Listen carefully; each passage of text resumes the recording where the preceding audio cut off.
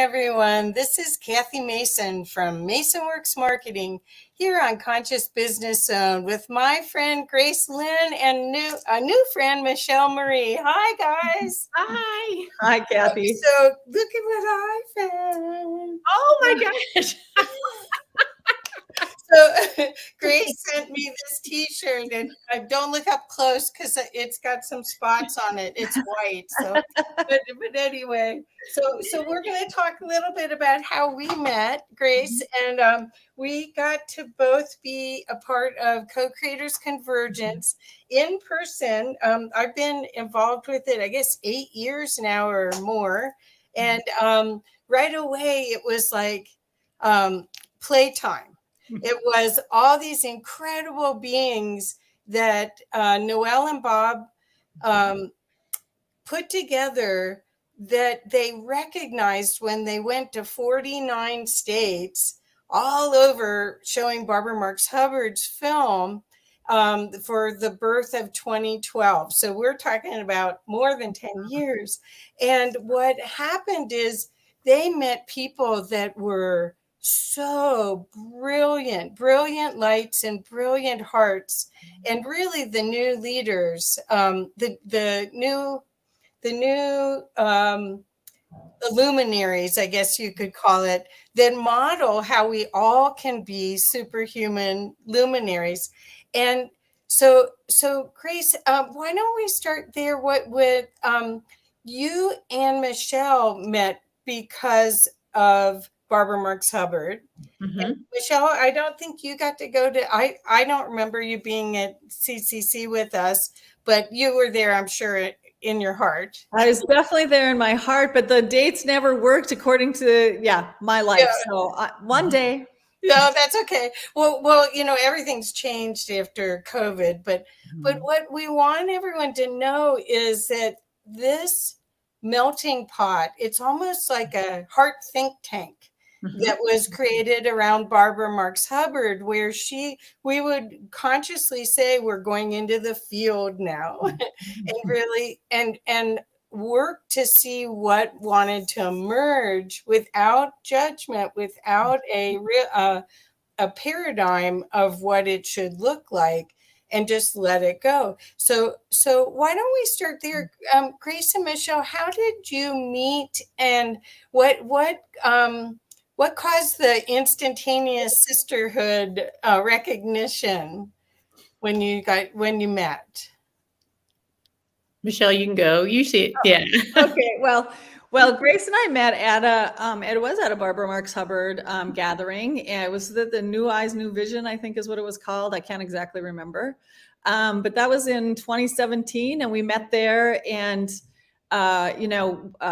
Grace invited me on a walk, and we went, and it's like within the first 5 minutes after introducing each other, it's kind of like we started talking about unconditional love. And for me, I fell in love in that moment with Grace. And, it's just like, wow, there's not many people you can instantly go that deep, that fast.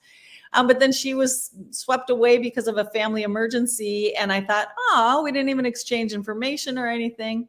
Fast forward a year, we ended up being invited to be, each of us separately, invited to be presenters. And we ended up being asked to present on the same day. And we were presenting basically the same thing. So we did it together. And out of that, we saw that we had an outline for a book. And there was another course that we did. And then we saw that we had an outline for a book, and we both went, really? We're going to write a book? Like what, how do you do that? And that kind of thing. And voila, we wrote a book, and here we are.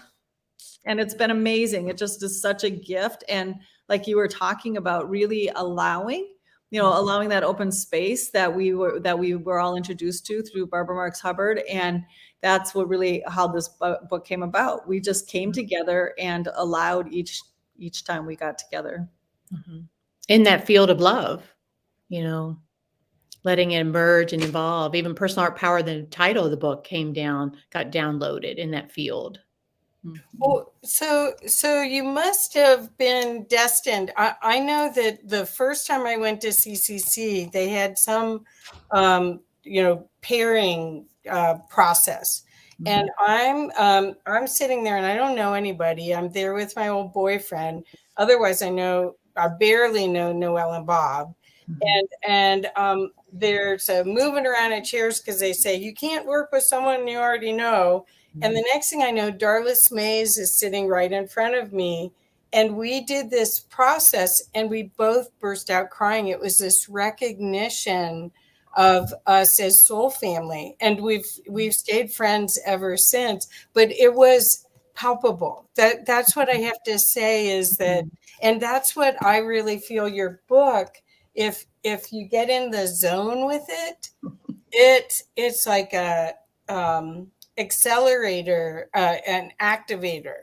I think everyone should read this book, and I think it should be in businesses and school. I think it's a awesome opportunity to see a path to a new way of being.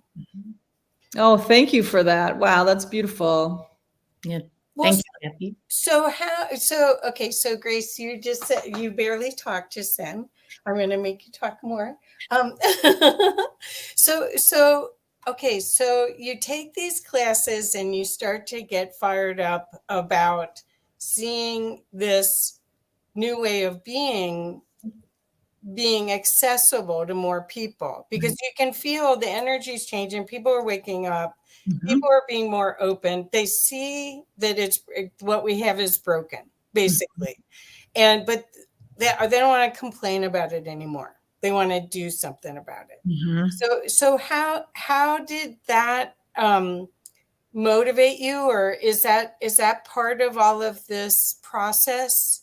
Yeah. So it's a new way of being. Like, what's the roadmap? What's the journey to get there? Like, how do we really shift living in this, what we call mode of fear-based life, where we're just surviving, into a mode of love, thriving in life, like really enjoying life, feeling love, joy, happiness, peace. How do we get there? And we're just not taught. We're not trained in school. We're not taught by our families, or some families, yes, but some families, no. Yeah. And so it's like, oh, we have to get this out to the masses, because it's when we all own our personal heart power is when we can really work together to create global heart power. Well, did you find that your business life, or your life before this, I don't know what you did for a living, or if you were a stay-home mom, but did you find that, and Michelle, you could answer this too, did you find that there was such a void of this in where you were that it almost forced you to pick up the stick and go, okay, I'll champion it this lifetime? I mean, is that what happened? I'm a physical therapist, a licensed physical therapist. So I was in the medical field. Okay. And realizing in the medical field, it's all done, most of it's not preventive, it's more reactionary. Right. Like, so you're always in the mode of fear. So it's looking at how can we change the medical system so we're more proactive, more in the preventive. And so again, that's being in the mode of love. Like, how do we keep ourselves in physical balance as well as emotional balance and spiritual balance? And, so looking at all those different pieces. Then that makes sense. I mean, the contrast is quite remarkable. So, Michelle, could I get you to answer that same question too? Yeah. So, I've done a number of different things, and I always said I had a lot of dots on my page and I didn't know what the heck was happening. And I had a meandering way to end up where I am today. And really, Barbara helped me. It's just like, I always thought I was behind, trying to catch up, and oh, now this, now this, now this. And she said, oh, Michelle, when I was fortunate to have her as a mentor for a year. She said, oh, Michelle, you are not a follower, you are a pioneer, and pioneers need to create the way. And so when I started thinking about it from that perspective, and it's like, oh, I've been trying to find that path that led me to that greater connection of love, thinking that I'm missing it in out in the world. And I actually, even more than thinking of it, because I used to think of the world, it's like you hear often that the world is broken, the world is broken. I think of it more as like a child that's growing, and we're moving into a next phase of evolution, or whatever word we want to use for that. And we're moving into that next great turn of expansion. And we get to actually look at it from a place of feeling in our heart, You know, when we were in the survival mode of human beings, where we literally did need to survive, right? Now we have some more luxuries that allow us to really connect to that source of feeling and love. And so I think in that, and I used to be in retail merchandising. I've done a lot of philanthropy full time, and started different startup programs in different places, and had a lot of different opportunities to work and learn and grow from the wisdom of others, while at the same time offering what I had to offer. And I just love that reciprocity. And that's what I think we really move into with Personal Heart Power, is moving from fear to love. You know, how do we also interconnect with that loving voice? Perfect. Thank you so much for answering that. Do you feel that this book is more for women or for men? Or there's some books like the Revolutionary Agreements. I don't know if you've read that, but yeah, I almost would think if I had a brick and mortar store again, or business again, I would have everybody have to read it. And I almost think this could be used in the same way, because it's a tool. It's got a toolkit. Not only does it have concepts, it has tools in the back that help you change state when you realize that you're out of control. Do you feel that it's more a woman's book though, or no? Okay. Could you speak to that? Because in a lot of spiritual teachings, when you go to an event, even online, the majority of the participants in the spiritual learning realm are women. There's, if it used to be 80-20, every once in a while, there'll be 50-50, but I've never seen it 70 more men and less women. So what do you think about the adaptation, the understanding of this information as far as the genders? Do you have any thoughts on that? Michelle, you want to answer? Or Yeah, I mean, I do. I mean, I know that Grace has lots of great wisdom on this too, and stuff. I think, you know, for me, I look at it as, again, there's lots of different ways to look at it. But for as far as the energy that is emitting from it is the feminine energy, which is more, I think, rooted in love, compassion, understanding. So there has that feminine energy that's really rooted in it. But I think as a man or a woman, we all have that within us. We have the masculine and the feminine in us. And what does it need to be developed, right?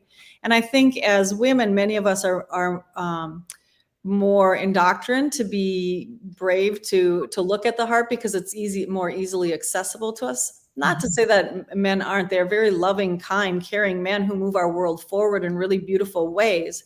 But they've been indoctrinated in a different way to go forth with courage and confidence. And, you know, it's just a different way of being in the world. So I think it's anyone who is yearning for that development of the compassion and the love and the understanding in their life that they feel like they're missing.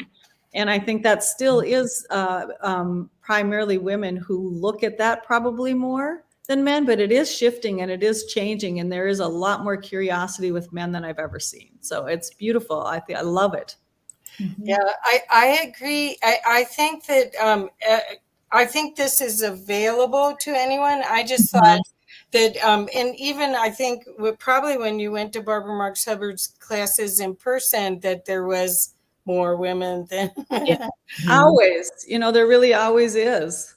Yeah. So Grace, do you have any thoughts on that as far as the when you're thinking of teaching this, or when when it's being adapted to environments, schools, businesses, medical?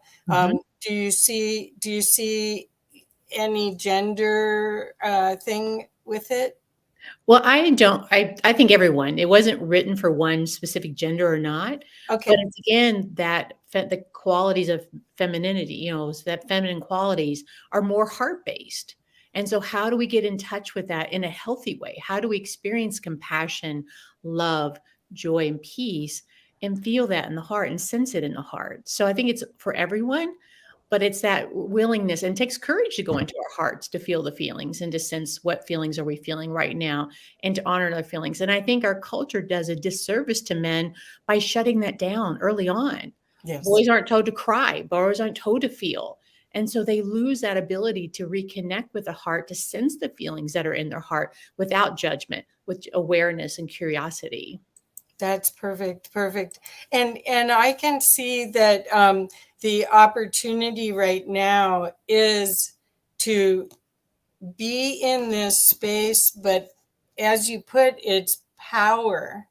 Because what in the past, I think when you were highly sensitive or you were loving, a lot of times you were taken advantage of in a business environment or in relationship, that because you're a softie, and and people, takers find givers, and all of those statements. But what this is actually the personal power that we forgot we already have, that can be uncovered and utilized, so that that namaste philosophy of I see the God in you, the God in me sees the God in you and wants to play, can come back, right? Yes. Mhm. Beautiful. Yeah. So when you think about this process that you went through, just so people can have an idea of partnership like this, because it's a blessing to see. I think all of us are trying to find our team, our group, our community. And actually, the shutdown allowed a lot of people to find people from all over the world that have the same values, the same worldview. And could you talk a little bit about the teamwork that you did? Because I think you're modeling something very, very beneficial for all of us in the production of this book. Mm. Yeah. So sharing, when we did the book, we knew we had a book inside, but we didn't know. So we trusted each other. And so it was power with, we're working together, not power over or powerlessness, but actually the power of us coming together as equals and working on this and allowing what wanted to come down onto the page and onto the computer, just being open in this field of consciousness and this field of love, and just writing and then discerning what words want to be kept, which ones to be edited, but working together. Because, they say two hearts are more powerful than one. I know it's mine, but two hearts are still just as powerful as one. So more powerful than one. So working and just trusting each other. And it is a new paradigm. Me and Michelle both are grateful that we have this working relationship, this partnership that's based in love and not in fear. And so we want to model that to the world. Yeah. And it really, we were talking about it this morning before we got on. Grace really acknowledged it. And it's beautiful, and it's like, we know we could have each written a book on our own. And I know for sure mine would still be in process if I hadn't quit by now. And in that partnership, what happened, we say neither one of us quit on the same day, but we also empowered each other in the broader life. It wasn't just in the book life. What we did is we recognized, we had a number of deaths that occurred. We had a number of emotional setbacks for each of us as individuals. And we had these great joyous moments that would occur. And we went through them together in a supportive way. And it made all the difference. It motivated us to stay there together. And we've had to have some challenging conversations and stuff in the process too. How does this all work? Like, how do we go out now and do our own? We live in different places. So we wrote this whole book on Zoom over COVID. And, and it's like, she lives in Kentucky and I live in Minnesota. And, so how does all this work after you get the book done? Things we didn't even know we had to think about prior to it. She's like, oh, now all of a sudden there's a book ownership. And now all of a sudden it's just like, and what if you want to go out, and they use the word exploit in the legal terms, you want to go and do other things like workshops and all that. How does all that work in conjunction too?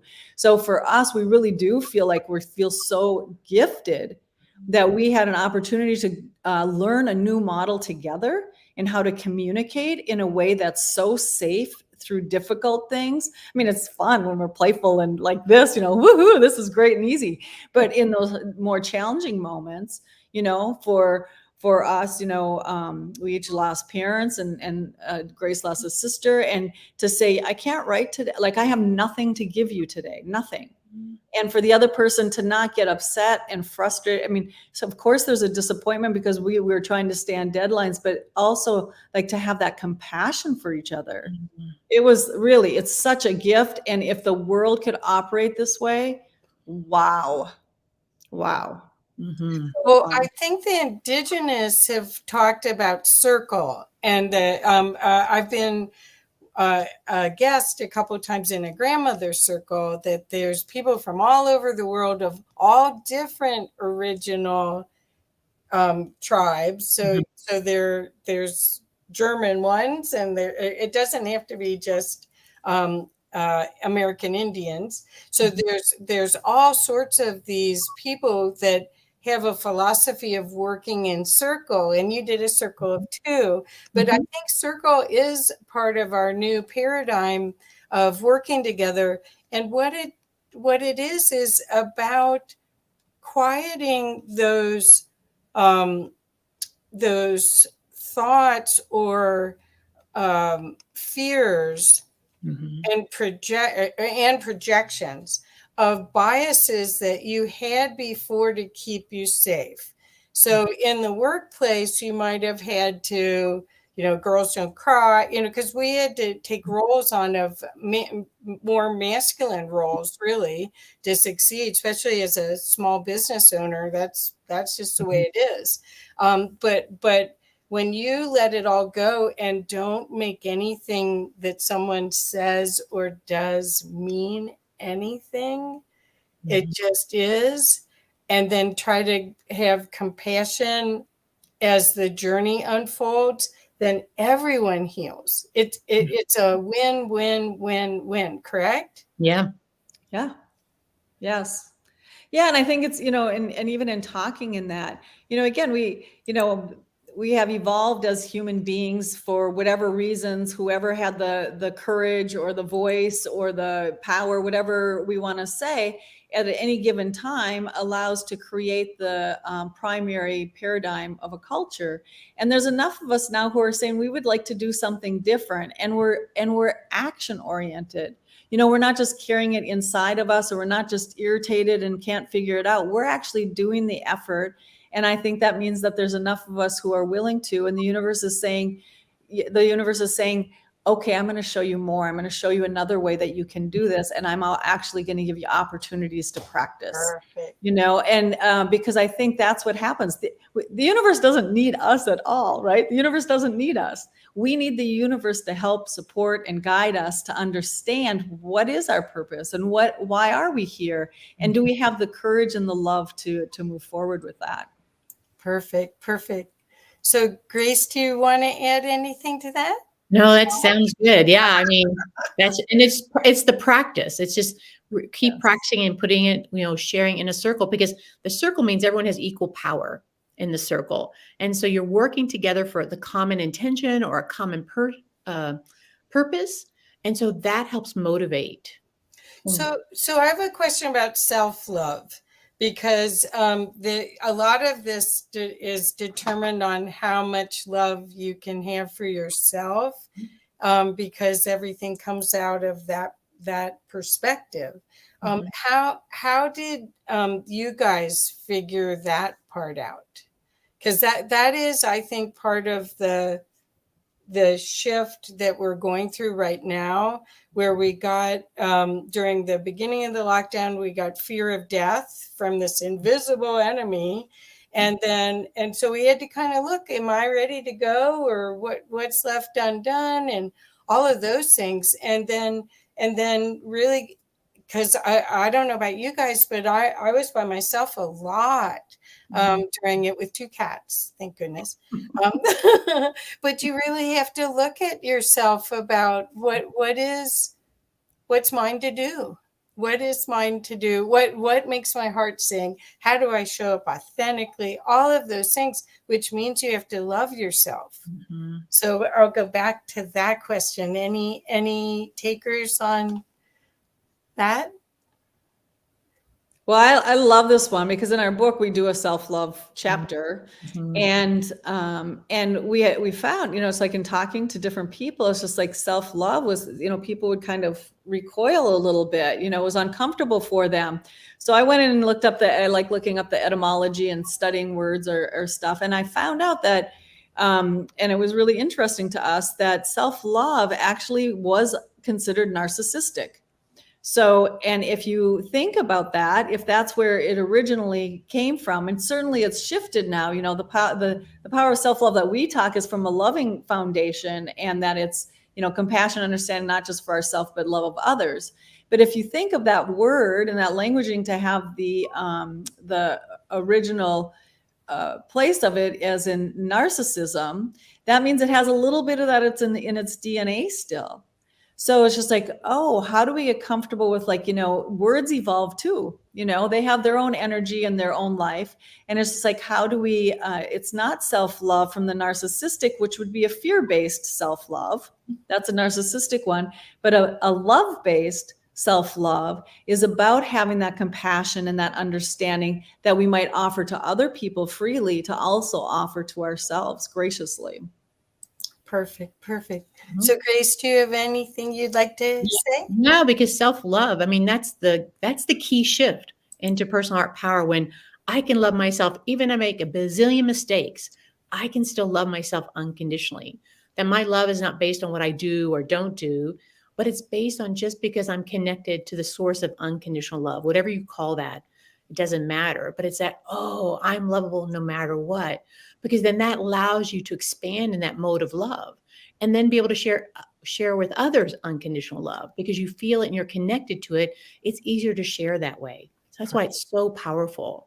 Perfect. Well, I really love all this conversation, because I did a presentation on Soulful Business, and what I did, I've shown it several times. I found all these wonderful business books that had love in the title, or they were using love, and there's studies about the servant leader in business. And how much more profitable these businesses are when the leader consciously spends time loving the employees as much as the customers. And so that's why I did Conscious Business Owners. I wanted to give the servant leader resources so they could figure it all out for themselves and fast track it, because they're so busy running a business and everything. But how do you feel that this work has changed you? Oh yeah, it's been a journey. Whenever you write a transformational book, it means you have to go through the transformation. It doesn't mean you know everything about it, but it means you have to go through a transformation in order to write the book, which, yes, totally for me, I went through a major transformation in writing this book with Michelle.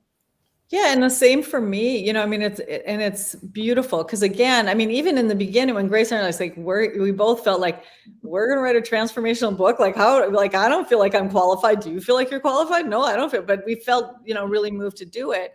And then we joke now. It's just like, oh, we were qualified to write this book, but really it was about us going to a deeper, more dramatic transformation for ourselves, and really stepping into our own. And, how do we purge some of the things that we no longer need, that have served us for our life, and have been really wonderful and beautiful to get us to where we are, but they don't serve us in the same way. And we have more beautiful tools that we've been practicing.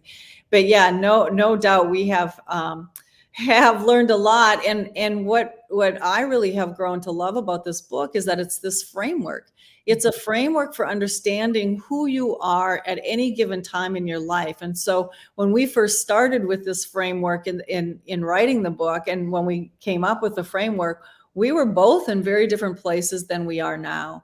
And yet we know that we still are getting a lot of powerful information for our own transformation in the journey, and utilizing the framework in a new and different way for us. The tools become new and different tools for us just because we've shifted and changed, like Grace said.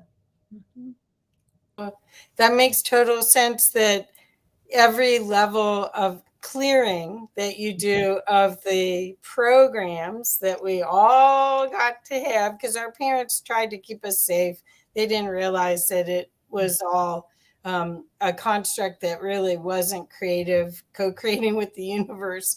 But anyway, all of us are right now, I think there's a huge dumping of those old, inauthentic, fear-based thought processes and actual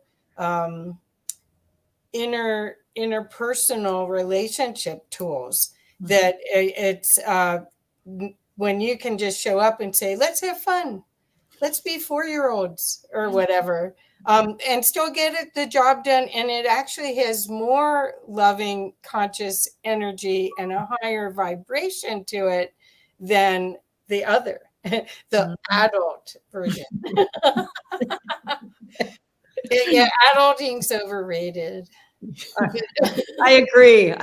We agree. I know Grace agrees too. And I do think it's an interesting, you bring it up and stuff, again, I think at any phase of life, though, for whatever reason, the paradigm ends up where it is, right? So there's a reason why it ends up there at that particular time. And I think there's just a lot of residual, maybe, in my imagined version anyways, there's a lot of residual from like that caveman that we think about, the survival, like just trying to be safe from all that scary stuff out there. And along the way, we get a little bit more comfortable and feel a little bit more self. But again, just like I said with self-love, there's the residual part of that in our DNA. Like we're still running from lions and tigers and bears.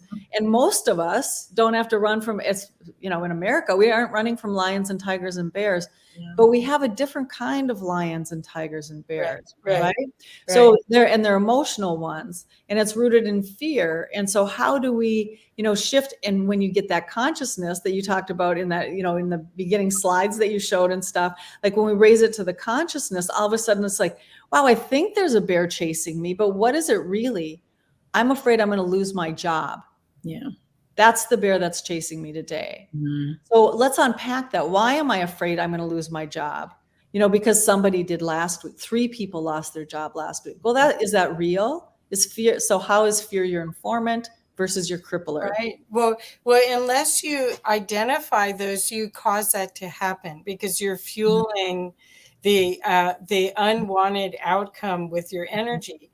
The other thing I wanted to say, and I'm getting chills. The other thing I wanted to say is that I tell all my clients when we're going through a marketing plan process and we do all these soul illumination work, that people are buying your energy.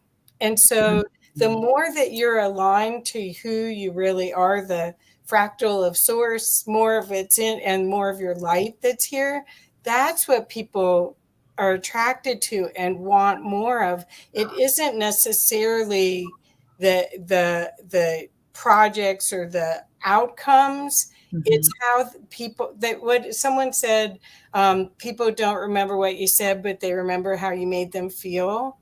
That's what I'm talking about. They're buying your light.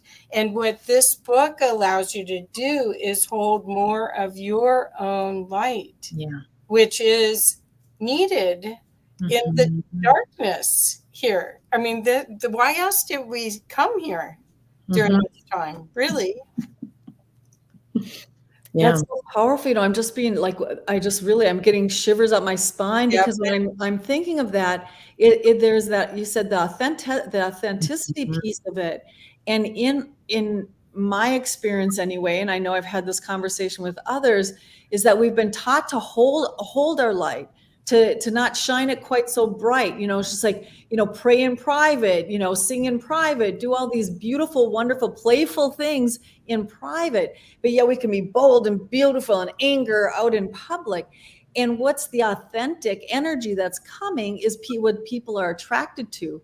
So if the lower vibrational energies are louder and authentic, of course, people are going to be attracted to that. So I think this is a time where we have to be bolder and braver and louder with a loving energy, which I believe outpowers the lower vibrational energy by far, so that people have some other choice. Exactly. Authenticity. Exactly. And that's what Barbara, you have Barbara's her spiral. Mhm. Yeah, the other way. Behind you. And that's what she would have said is, what have you done to help make, to contribute to humanity today? Mhm. It's not like, well, I did something last week. She was trying to get us all to show up in our divine light. And so you guys created a toolkit, which is in the back of the book, you guys. It really is a toolkit. It's called that can help you change state Yeah. pretty quickly, and it's logical. It isn't that you have to do spend an hour meditating and wear your pajamas and and learn another language. And well, no, so much of all of the spiritual stuff was too hard for our culture, for our timeline. But Mhm. this isn't. This is usable, and a new direction that you can choose as an empowered being Mhm. to change your life. Mhm. Yep, yep, yep. Yep. So I want to. Do we want Michelle to start the slides now? Because we're And so I just press the present and. yeah. Let's see if you. Oh no, I think I have to do it. Oh yeah, I think you do too. Yeah, Mhm. yeah. So there. So you can just. I'll be behind here, and you can Okay. just tell me next. Okay. Okay. Well, yeah. So we've been talking about personal heart power, but what is it really? So personal heart power is when we're able to operate, what we're talking about in that mode of love, that energy, that higher vibrational energy in our personal heart. And when we're in our personal heart, that's just what we sense, all the energies that are coming into our sensory being in our heart energetically. And then this heart is interacting with a calm mind. And so when the mind is more present in the moment, it's relaxed, it's not thinking about the future, it's not thinking about the past, but we're totally, fully present here in the present moment with a calm mind and an open heart. Because sometimes our heart's closed and we can't feel love. It's with an open heart we can feel these higher vibrational energies. And so that's personal heart power. And it's a practice. It doesn't, you just get there and you stay there. It's a continuous practice to keep our heart open and our minds calm. Okay, next. Yeah, and so what we've done is we've tried to simplify it so that, just like what are quick, easy things? Because that's what we are. We like easy, tangible things that we can do. And so we've really put it on a continuum of fear to love. And if you look at that just from a continuum standpoint, what happens then you can start looking, it's like, how am I feeling today? How am I, if I'm looking at fear and love, how can I feel? And you look at fear, that's the lower vibrational energies of sadness, pain, suffering, anger, frustration, all of that. And then where love is like, you feel the joy, the compassion, the understanding, and where we are on that. And it's all part of all of our lives. Yeah. So we aren't going to forever live in the nirvana of love, because the human existence is about that ebb and flow of emotions and feelings and based on experiences. And sometimes fear is what causes us to have the greatest growth. So if you just look at it, it's just like, or you have an experience at work and you're all of a sudden this joyful moment you were having in your day, you're going along and all of a sudden something happened. You just like, whoa, all of a sudden you're just feeling grumpy and grouchy. You can look at this like, what just happened? On this continuum, what just happened? Wow, I just went from this, high 8 of feeling love, but what was it that caused me? And you begin to get that consciousness feeling, and it helps you. And so then that consciousness, then the next slide would be. Yeah. So that mode of love is when we're living consciously with higher vibrational thoughts, feelings, and behaviors. So we spend more of the day with those higher vibrational thoughts like, I am worthy, I am lovable, my needs matter, I don't want to be perfect, be wonderful. Those are the higher vibrational thoughts that we keep our hearts open. Feelings, really focusing on wanting to feel more love in our lives, choosing to feel more joy, more happiness, more peace. Not that we don't judge feelings as good or bad, because those lower vibrational feelings do give us information about what we need to get back to balance. If I feel hungry, I need to eat. If I feel sad, I need to process through the sadness and feel it to see what I need to get back to balance, emotional balance. And then the high vibrational behaviors.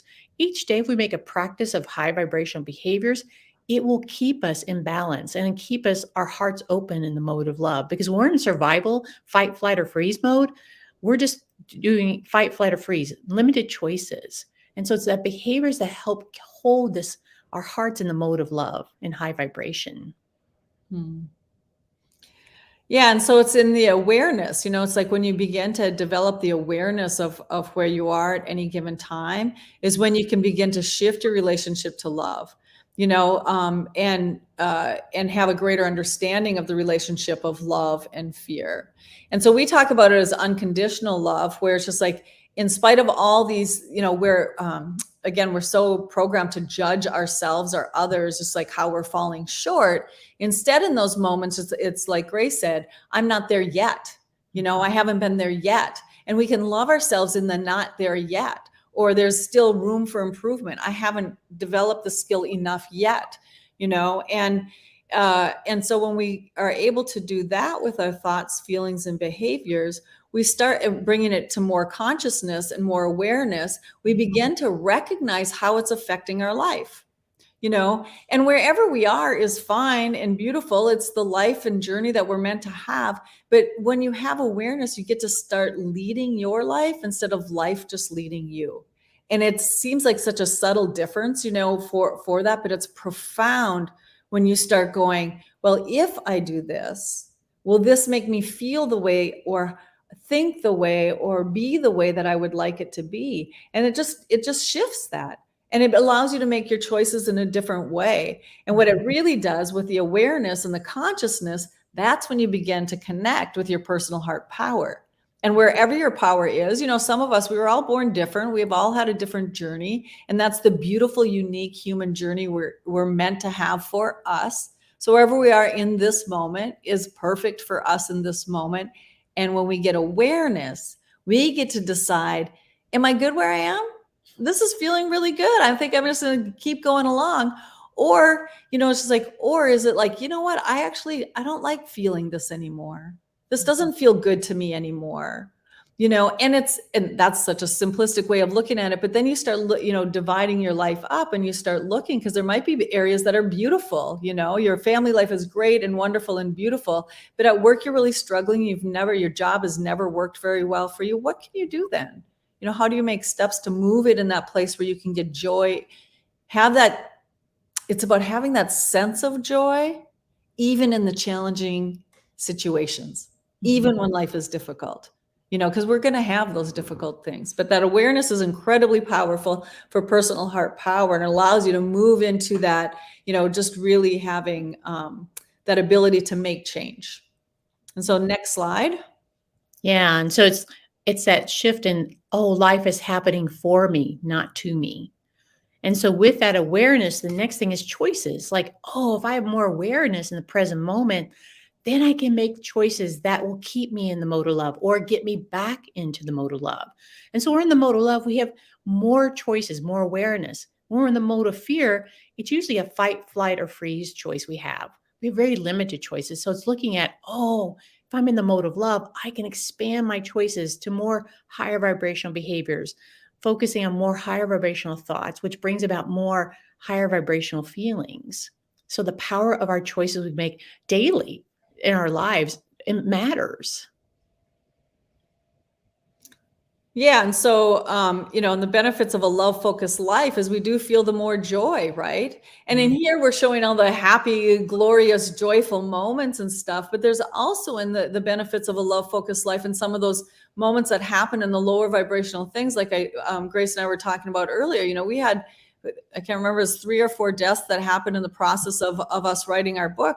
Well, those are seemingly, lower vibrational experience. Well, they are, they bring in a lot of feeling and emotion.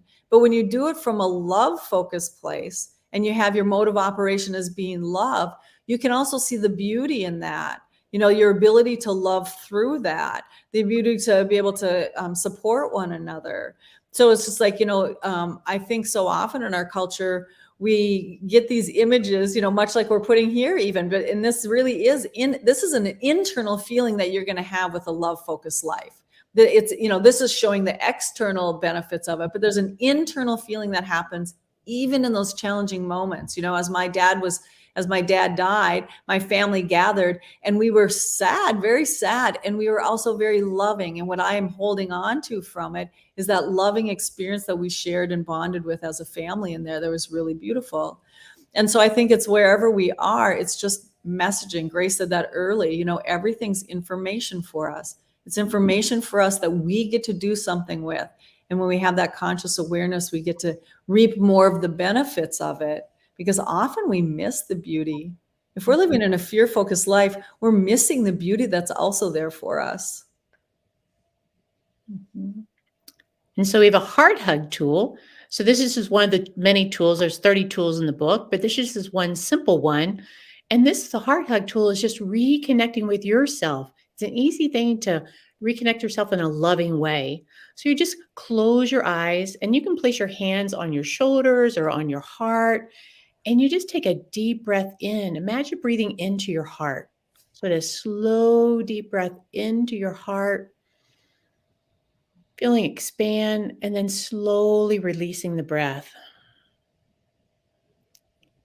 And with that next breath, imagine breathing in loving energy into your personal heart for yourself. And as you slowly exhale, imagine sending that loving energy out to your family, to your friends, coworkers. Again, taking in that loving energy with breathing in to your heart. And as you slowly exhale, just sending that love to anyone who's coming to mind. And just notice how you feel when you take time to be present with yourself and your personal heart, taking in that high vibrational energy of love and sending out, giving out that high vibrational energy of love, that it can help shift you into being in the mode of love. And you can do it as you need it. You can do heart hugs. You can't OD on heart hugs. So as many as you need a day. It's a simple 2 to 3 minute tool to recenter into the personal heart with love.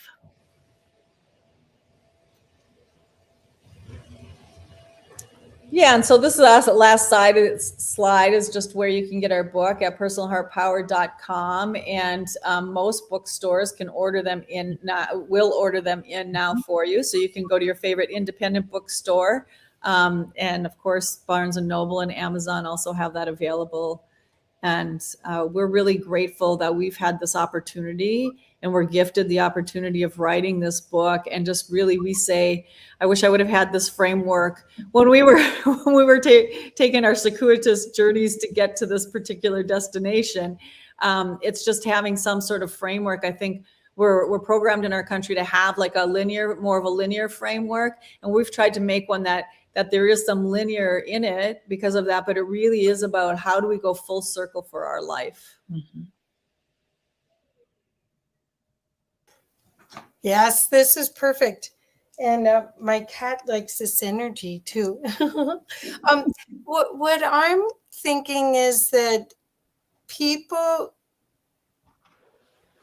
say, well, how do I fit one more thing in? Or I know, Grace, when I interviewed you on Co-Creators Convergence, you talked about using your imagination, going to your place, your beach. How do you help people get out of the feeling that they can't do this? How do you help people realize that everyone can do this and they can share it? Yeah, I just share that it's a very practical, you just do what you feel you need to do in the moment, not pressuring you have to do it all or, but in this present moment, just connecting with myself, with my breath. It's just simple as a conscious breath is being more in the mode of love. And then expanding on that, maybe starting a little meditation in the morning, 2 to 5 minutes. Again, just introducing more higher vibrational behaviors to slowly to see what works with your heart and see what works to calm your mind down. Everyone's different. So it's learning our own mind and our heart of what energy we can take in a healthy way, and what energy do we just need to dismiss and not take in. So it's about learning ourselves and accepting ourselves. So it's whatever someone can do. I don't push anyone in a certain format. Just try these, practice these, see which ones work and which ones don't do them. Well, I think that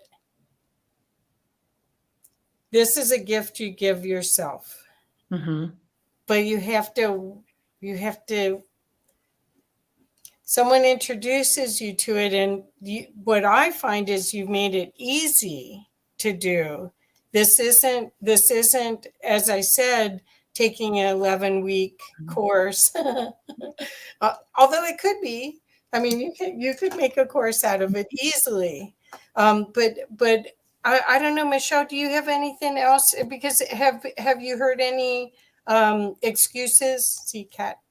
Anyway, yeah, well, I hear them from myself all the time, right? So it's like, I also am practicing, we're practicing. And I do just want to say, Grace has offered a number online, and maybe she can mention it later, she's done some longer term thing for people who are ready. So some of us are only at the place where literally all we can add is in those stressful moments to do 3 calm breaths.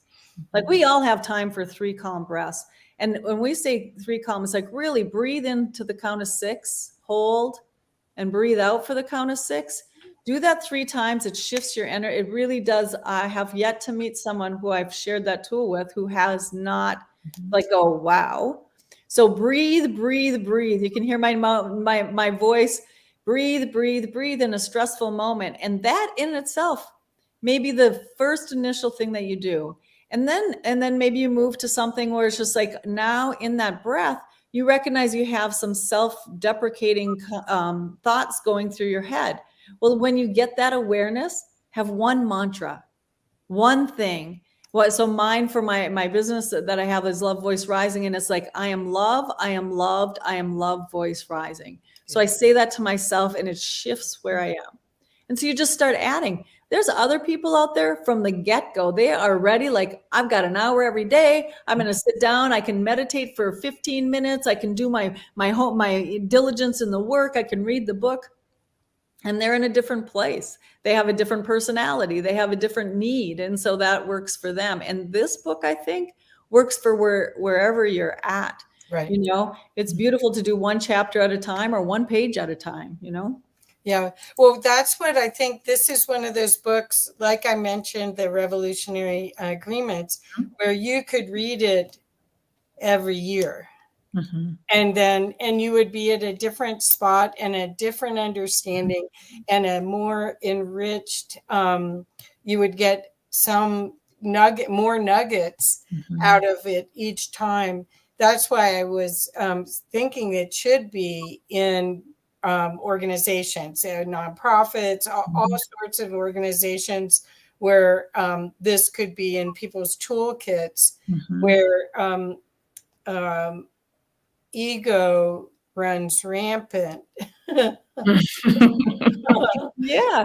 And in those places, the ego has benefited them because they don't have another tool to do it a different way. It's just like, and so we do what serves us until we learn something new. And if we can't find something that we can connect to that's accessible to us, then we do we all know we do what's familiar and stuff and things like that. So I think it's really beautiful. And we know there's a benefit to being able to get into, like if a business wants us to come and talk to their group, or a hospital that wants to, we think about heart health, physical heart health, how beautiful to come in and also talk about the emotional, the feeling heart, because any of us who've looked at heart math, which many of us have here, we know that there's like a whole nother life happening in our heart. Well, that's another question for you. For when your heart opens, it kind of aches. I mean, when it first busts open, and this is a buster. It is. But what about reassuring people about that? Because one of my clients has had heart attacks and everything, and his heart starts to bust open, and he automatically sort of stops. He's concerned. So Mhm. could you speak a little bit about that? Yeah. So looking at it, when you do first start this work, we're so numb. Our culture is so focused on numbing ourselves that we really start going into the heart. We might feel these lower vibrational feelings. Again, they're nuggets of wisdom, feeling that sadness, processing through that grief, that depression. What does it come here to teach us? What are those feelings? So it's not feeling afraid of the feeling. It's like, oh, can I be with this feeling? Can I really feel it in my body and breathe through it? To process through it, to see what do I need to either get back to balance on any level, physical, emotional, mental, spiritual balance. Like, so honoring those feelings. So not dreading feeling, but just being curious with feeling. Like, oh, I wonder what does sadness feel like in my body? Where's grief feel? What is anger? Where do I feel it? So we have a loving connection to our feelings and not wanting to avoid them or not judging them, but shifting our relationship to feelings is very powerful because feelings are energy stuck in our body, I create causes physical imbalance in some way. Right. Oh, that's perfect. That's perfect.